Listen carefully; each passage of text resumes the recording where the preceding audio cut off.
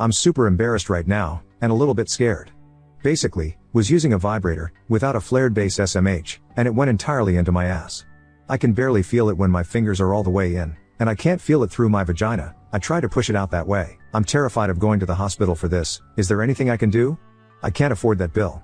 It's really deep and I can't grab it at all. I'm sitting on the toilet hoping my body pushes it out naturally. Edit, I have actually never been to the ER, and have only been in a hospital a few times and not in several years. I feel ridiculous as a grown woman asking this, but what do I do when I go to the hospital? I know park and go in but? I'm kind of confused on where do I go. A, main entrance, or do I go straight to the ER if they have their own? Do I go to a receptionist desk area, or is there another thing I should be doing before that? Should I be concerned that I have to announce to the room basically what I did, or is it more private? Sorry that this is worded poorly and am asking about basic life skills. I have autism and am freaking the fuck out. Edit 2. I am in the ER waiting room, already got the hospital bracelet and everything. I will update again, of course. I appreciate the concern everyone has given me. Edit 3, there will be a longer post breaking everything down properly, but here's what happened. I arrived and it was a bit confusing, but I asked the first person I saw for help. They got me to the ER and I was quickly checked in. In total, I was there for about 12 hours but never felt like I was waiting too particularly long at any point between having blood drawn, general vital stats a few times, registration, X-rays, and seeing multiple doctors and eventually the surgical team. Initially, the vibrator was deep enough that I could graze it with my fingertips. I was able to lightly grab/pinch it, but there was suction holding it there, which is why I couldn't get it out. It moved up deeper into my colon over the course of several hours, going from a weird pressure to a somewhat sharp pain when moving certain ways at the end. Given its depth, they couldn't use tools to remove it in the ER. I was admitted to the hospital at that point, and waited briefly for an operating room. The surgical team explained what they would be doing, putting me under and attempting to manually remove it with forceps, fingers, and massaging my stomach to encourage it to move down. If that didn't work, they planned to put me under deeper anesthesia and go a more surgical route, laparoscopic, through my stomach, to either push it down through my colon manually or remove it straight via the stomach. They let me know that if there was damage, they may need to resect my colon/intestines and I could have a colostomy. They put me under light anesthesia, which relaxed my body enough to shift it down into my sigmoid, from which they removed it manually. No need to cut me.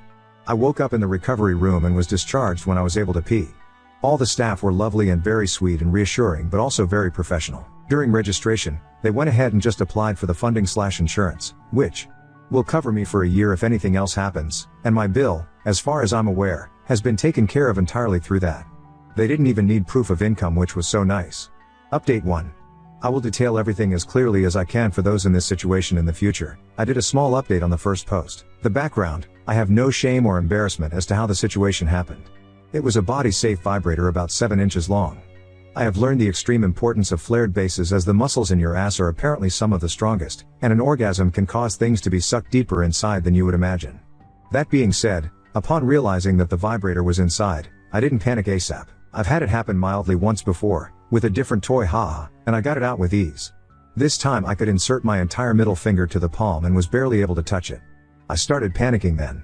I could get the slightest grip, but the curve around the sigmoid, the grip of my organs, and the non-flexible nature of the toy caused it to suction in place, more or less, and become actually stuck. Because it was so deep, trying to move it vaginally didn't work either. I tried many positions, angles, and so on before retreating to the toilet and hoping my body did its thing. After about an hour with it inside of me, I got dressed to head to the emergency room. Emergency room experience. As explained before, I'd never been to a hospital or ER before for treatment, and have rarely seen doctors at all, which made me more anxious.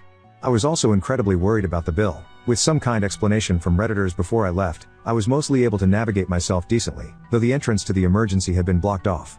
I went into the main entrance and went through security, and then immediately asked the first staff I saw for some help. I explained I'd never been there before and didn't know where to go but needed to be seen, and was walked by a nice lady to a shuttle pickup spot to take me to the ER across the campus. They came very quickly and drove me there. It was a little funny to talk about the beauty of the view around the hospital with the sweet old lady driving while I was in this situation. The worst part was reception. They were located immediately inside of the entrance to the ER, so I didn't have to look and find it. I waited in line, and when it was my turn to tell them what I needed to be seen for, I briefly described my problem as having something stuck in my butt. It was only bad because it was very out in the open, though I don't think any around cared about what I was saying. She asked what it was and was very relieved when I told her that it was a normal sex toy. Many other staff and doctors were also relieved finding out that information at various points. It was hilarious. They took some basic information, and then I went to the waiting room where someone came and took my vitals. I was called into a room pretty quickly where nurses took my blood, asked a few questions about the situation, and then I was taken to have my X-rays done. If I can access them, I will add a photo. After X-rays was my longest wait, which was in the results waiting room. They made sure multiple times that I wasn't in pain, and let me know to not drink or eat anything in case of surgery. I was taken to registration, where they went over my identity info and financial arrangements. It was very quick and they didn't ask much, just if I had insurance or not, no, and if I worked full-time, the number of people in my household, etc. I forget the exact wording, but she immediately applied for me to be covered under essentially what is the hospital's charity insurance. It will cover this visit entirely as a write-off, and I will be covered with the same program at that hospital for the next year. I did not even have to ask for this. This was done rather early into the visit, which was very nice as I was able to stop worrying about the financial impact that I definitely couldn't afford and put my full attention towards just being treated. I was called back to a patient room a few more times for privacy with doctors as we talked about the situation, and at one point to have the rectal exam to see if they could remove it in the ER. I was very nervous about that as I've never had an exam down there, but it was extremely quick and professional and didn't add any more unpleasantness to my situation, just a very well lubed finger up my butt. There was only one person in the room, another woman who did the exam. She had me do things during it like cough and bear down like I was giving birth. Unfortunately, the doctor was unable to even touch it at that point, which told her that it had migrated further up into my colon. Its final resting place was shockingly high on your right hand side, but on the front, belly side, put a finger on the very highest point of your hip bone. Raise your finger about 2 inches higher along your body towards your waist, and right there is where the vibrator was inside my body. The talks with doctors began to quickly involve surgeons at that point. After some more examination and discussion, they made the decision to admit me to the hospital and get me in line for an operating room. I waited a short time for a bed, and was changed into a gown and given plenty of warm blankets when I was transferred. The bed was actually quite comfy. Total time was about 8 hours at this point. The hospital and operation room, there isn't an entire ton about this part, honestly. I waited less than half an hour before they took me to pre-op and explained everything that would be happening once again. They made sure I signed consent forms, etc. The staff at this point were actually hilarious and told me stories about others in my situation. They said it was so common that there were 2 others this week before me, and told stories about light bulbs, glass cups, and so on. The plan for the procedure was to put me under light anesthesia, versed in something else, and to hope my body relaxed enough that they could use stomach massage and manual removal using tools and fingers. If this was impossible, then I would be put under full anesthesia for a laparotomy, small incision on the stomach, to manually move it into the rectum and take it out anally, or at worst they'd have to remove it through the incision. They let me know that while they didn't think there was any based on my symptoms, that this could end in having a bowel resection and colostomy bag as a result of damage to the tissues in my body. Luckily, I did use something body safe and made for sex which helped me to not be injured internally. Regardless, it still could have easily perforated me, or caused tissue death, necrosis by blocking the blood flow with the extreme pressure. Neither of those are good for your digestive system, let alone any organ. I was taken to the operating room and transferred to the bed, strapped in, and so on. The staff was kind and chatted with me, and a nurse held me hand as I fell asleep. I didn't know I even fell asleep until I woke up. The meds are that intense and quick acting. They didn't have me count backwards or anything. After the operating room, and going home, I woke up in the recovery area and was given the news that it went perfectly, and much faster than they expected. My body did 99% of the work for them by relaxing and shifting it down itself, and they just helped it out. They did not give me the option to have the vibrator back, and I didn't ask nor want it anyway. As a result of it being quick, I was lightly sore all over as the anesthetic still needed time to filter out of my body. I was given as much juice as I'd like, and my vitals were taken again.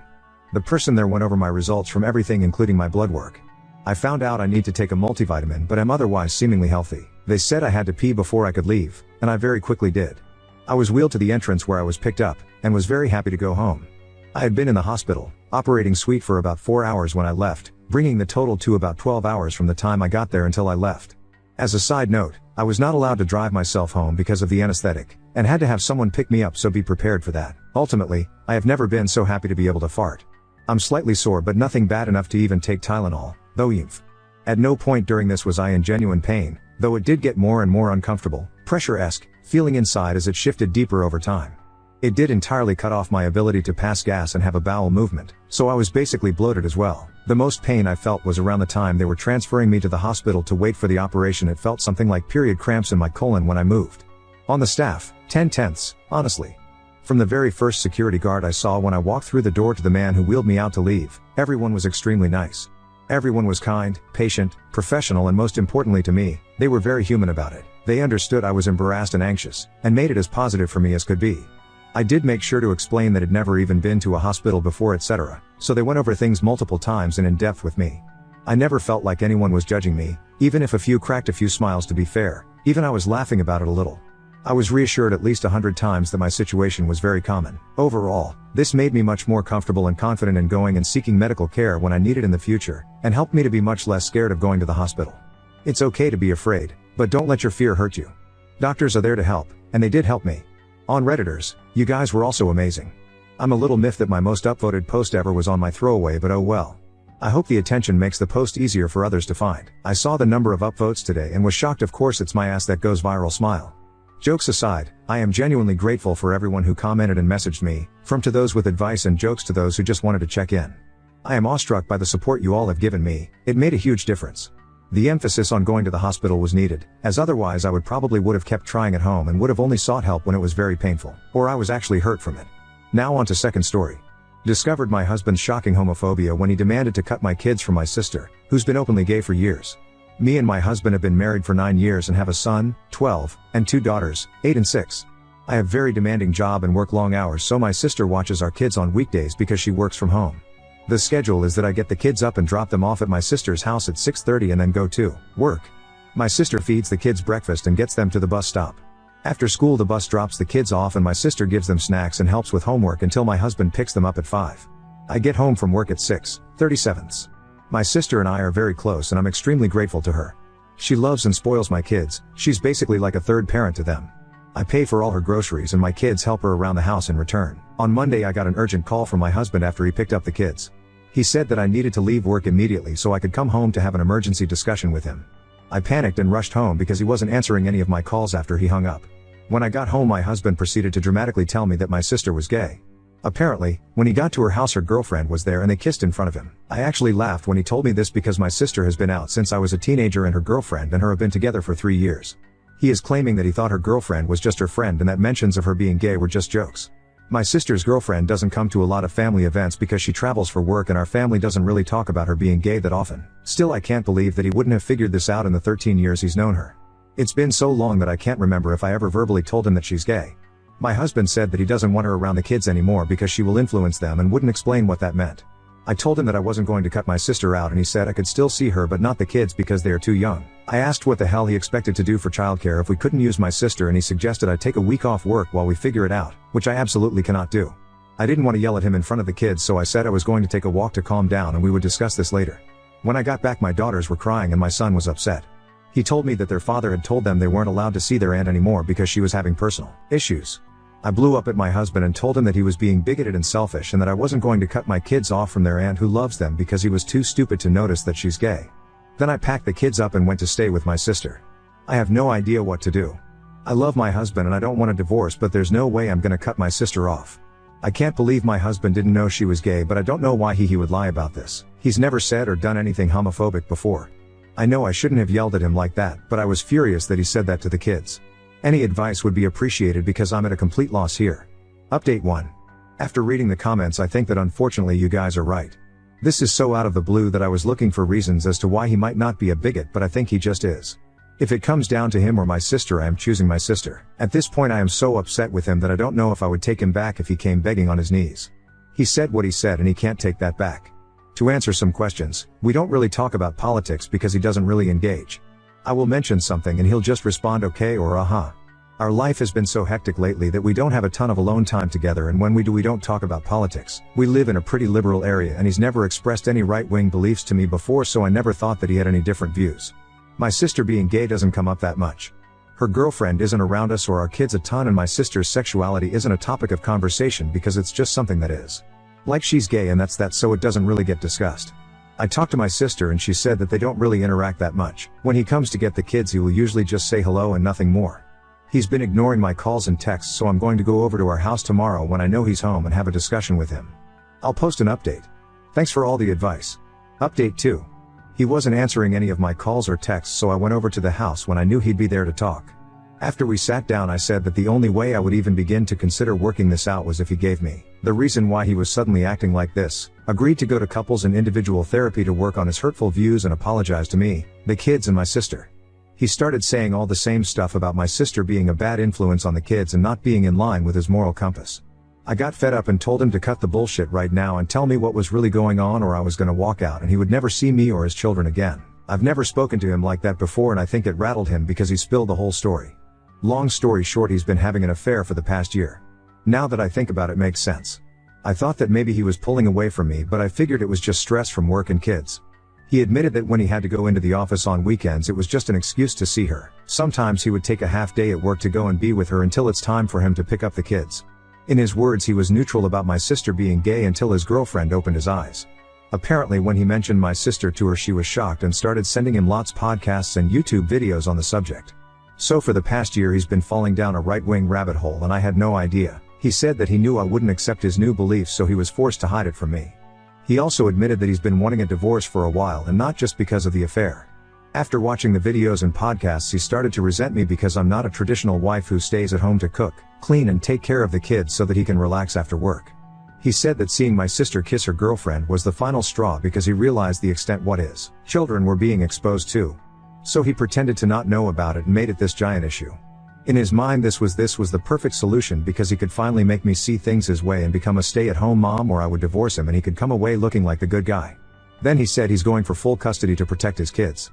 I'm not super proud of it, but I flipped out at him. I called him a lot of names and told him that it'd be a cold day in hell before he even got 50-50 custody. I said if he wants to talk to me again, he'll have to contact my lawyer. Then I stormed out before I could smack him or something.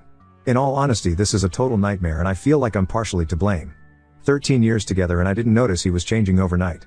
I didn't think he was the type get sucked into this sort of thing, but I guess he's stupider than I thought. I also never expected him to be a cheater either, so maybe I didn't know him as well as I thought I did.